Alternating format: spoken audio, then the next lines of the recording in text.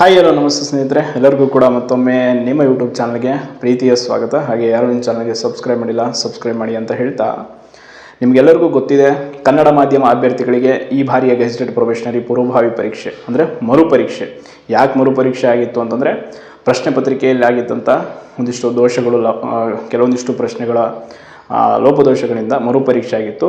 ಮರುಪರೀಕ್ಷೆಯಲ್ಲೂ ಕೂಡ ಅದೇ ಸಮಸ್ಯೆ ಆಗಿರೋದ್ರಿಂದ ಕನ್ನಡ ಮಾಧ್ಯಮ ಮತ್ತು ಗ್ರಾಮೀಣ ಮಾಧ್ಯಮದ ಅಭ್ಯರ್ಥಿಗಳೆಲ್ಲರೂ ಕೂಡ ಒಂದು ಹೋರಾಟವನ್ನು ಕೂಡ ಮಾಡಾಯಿತು.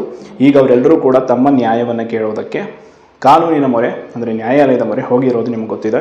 ಸೊ ಈ ಒಂದು ಪ್ರಕರಣದಲ್ಲಿ ಮುಖ್ಯವಾಗಿ ನಮಗೆ ಬೇಕಿರೋದು ನ್ಯಾಯ. ಅದು ಯಾರು ಕೋರ್ಟ್ಗೆ ಹೋಗ್ತಾರೆ, ಯಾರಲ್ಲಿ ಹೋರಾಡ್ತಾರೆ, ಯಾರ ವಿಷಯವನ್ನು ಮುನ್ನೆಲೆಗೆ ತರ್ತಾರೆ ಅನ್ನೋದು ಇಂಪಾರ್ಟೆಂಟ್ ಅನ್ನೋದಕ್ಕಿಂತ ಸಿಗಬೇಕಾಗಿರೋದು ನೈಜವಾಗಿ ಅನ್ಯಾಯಕ್ಕೆ ಒಳಗಾದವರಿಗೆ ನ್ಯಾಯ. ಸೊ ಆ ಕೆಲಸವನ್ನು ಶ್ರೀಕೃಷ್ಣ ಅವರ ತಂಡ ಮಾಡ್ತಾ ಇದೆ. ಆ್ಯಂಡ್ ಇವನ್ ಆ ತಂಡದಲ್ಲಿ ನಾನು ಕೂಡ ಇದ್ದೀನಿ. ಕಾರಣ ಇಷ್ಟೇ, ನಮಗೆ ಜಸ್ಟಿಸ್ ಅನ್ನೋದು ಬೇಕಿದೆ. ಕನ್ನಡ ಮಾಧ್ಯಮ ಅಭ್ಯರ್ಥಿಗಳಿಗೆ ಆಗಿರುವಂಥ ಮೋಸಕ್ಕೆ ಅವರಿಗೆ ನ್ಯಾಯ ಬೇಕಿದೆ ಅಷ್ಟೇ.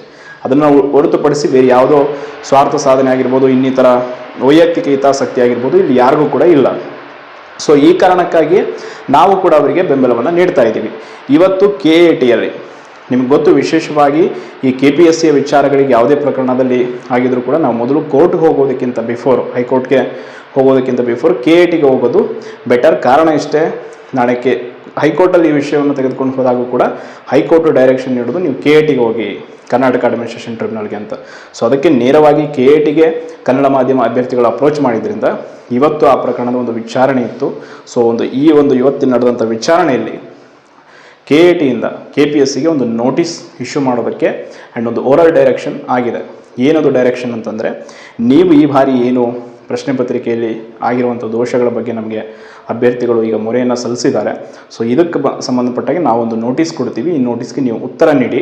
ಉತ್ತರ ನೀಡುವವರೆಗೂ ಯಾವುದೇ ಕಾರಣಕ್ಕೂ ಫಲಿತಾಂಶವನ್ನು ಬಿಡುಗಡೆ ಮಾಡಬಾರ್ದು ಅನ್ನೋದು ಒಂದು ಓರಲ್ ಡೈರೆಕ್ಷನ್ ಆಗಿದೆ. ಈಗ ಆಲ್ರೆಡಿ ಈ ವಿಷಯದ ಬಗ್ಗೆ ಅಧಿಕೃತ ಮಾಹಿತಿ ಸಿಕ್ಕಿದೆ. ಸೊ ಸದ್ಯಕ್ಕೆ KATಯಿಂದ ಈ ರೀತಿಯಾದಂಥ ಒಂದು ಅಪ್ಡೇಟ್ ಇದೆ.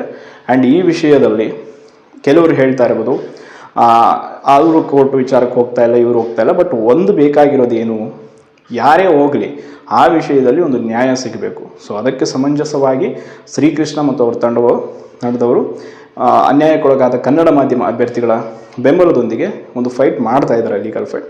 ಸೊ ಅದಕ್ಕೆ ಅವರಿಗೆ ನ್ಯಾಯ ಸಿಗಬೇಕು ಅನ್ನೋದು ಎಲ್ಲರ ಒಂದು ವಿಚಾರ ಆ್ಯಂಡ್ ನನ್ನ ವಿಚಾರ ಕೂಡ ವೈಯಕ್ತಿಕವಾಗಿ. ಸೊ ನಾವು ಕೂಡ ಅದಕ್ಕೆ ಬೆಂಬಲವನ್ನು ನೀಡ್ತಾ ಇದ್ದೀವಿ ಆ್ಯಂಡ್ ಅವರಿಗೆ ಸಪೋರ್ಟಿವ್ ಆಗಿ ಇದ್ದೀವಿ. ಸೊ ಇಷ್ಟು. ಅದರ ಜೊತೆ ಈಗ KATಯಲ್ಲಿ ಈಗೇನು ನೋಟಿಸ್ ಇಶ್ಯೂ ಮಾಡುತ್ತೆ KPSCಗೆ, ಆ ನೋಟಿಸ್ಗೆ ನೋಟಿಸ್ಗೆ ಅವ್ರು ರಿಪ್ಲೈ ಕೊಡೋವರೆಗೂ ಯಾವುದೇ ಕಾರಣಕ್ಕೂ ಫಲಿತಾಂಶದ ವಿಚಾರವನ್ನು ಅವ್ರು ಮೆನ್ಷನ್ ಮಾಡಿದ್ದಾರೆ. ಹಾಗೆ ಈ ಪ್ರಕರಣ ತುಂಬ ಗಂಭೀರವಾಗಿದೆ. ಈ ಹಿಂದೆ ಕೂಡ ತಪ್ಪುಗಳಾಗಿದ್ದಕ್ಕೆ ಮರುಪರೀಕ್ಷೆ ಘೋಷಣೆ ಮಾಡಿದೆ. ಆ್ಯಂಡ್ ಮರುಪರೀಕ್ಷೆಯಲ್ಲೂ ಕೂಡ ಅದೇ ಸಮಸ್ಯೆ ಆಗಿದೆ. ಸೊ ಇದನ್ನು ತುಂಬ ಸೀರಿಯಸ್ ಆಗಿ ಪ್ರಕರಣವನ್ನು ತೆಗೆದುಕೊಳ್ಳಿ ಅಂತ KAT ಹೇಳಿದೆ. ಸೊ ಇಷ್ಟು ಅಪ್ಡೇಟ್ ಇದೆ. ಆ್ಯಂಡ್ ನಿನ್ನೆ ಮೀಟಿಂಗ್ ಬಗ್ಗೆ ನನಗೆ ಯಾವುದೇ ಮಾಹಿತಿ ನಿನ್ನೆ ಕೂಡ ಸಿಕ್ಕಿರಲಿಲ್ಲ. ಆ್ಯಂಡ್ ಇವನ್ ಟಿಲ್ವರೆಗೂ ನನಗೆ ಮಾಹಿತಿ ಇಲ್ಲ. ಸೊ ಆ ಕಾರಣಕ್ಕಾಗಿ ನಾನು ನೇರವಾಗಿ ನನಗೆ ಮೀಟಿಂಗ್ ಬಗ್ಗೆ ಯಾವುದೇ ಮಾಹಿತಿ ಇಲ್ಲ ಅಂತ ಹೇಳಿದ್ದೆ. ಸೊ ನಾವಿಲ್ಲಿ ಮೀಟಿಂಗ್ ಅನ್ನೋದಕ್ಕಿಂತ ಈಗ ಆಲ್ರೆಡಿ ಕೋರ್ಟ್ಗೆ ಹೋಗಿರುವಂಥ ಪ್ರಕರಣದ ಬಗ್ಗೆ ಇಷ್ಟು ಮಾಹಿತಿ ಇದೆ. ಆ್ಯಂಡ್ ಇದನ್ನು ನಾನು ಕಮ್ಯುನಿಟಿ ಪೋಸ್ಟಲ್ಲಿ ಕೂಡ ಹಾಕಿದ್ದೀನಿ.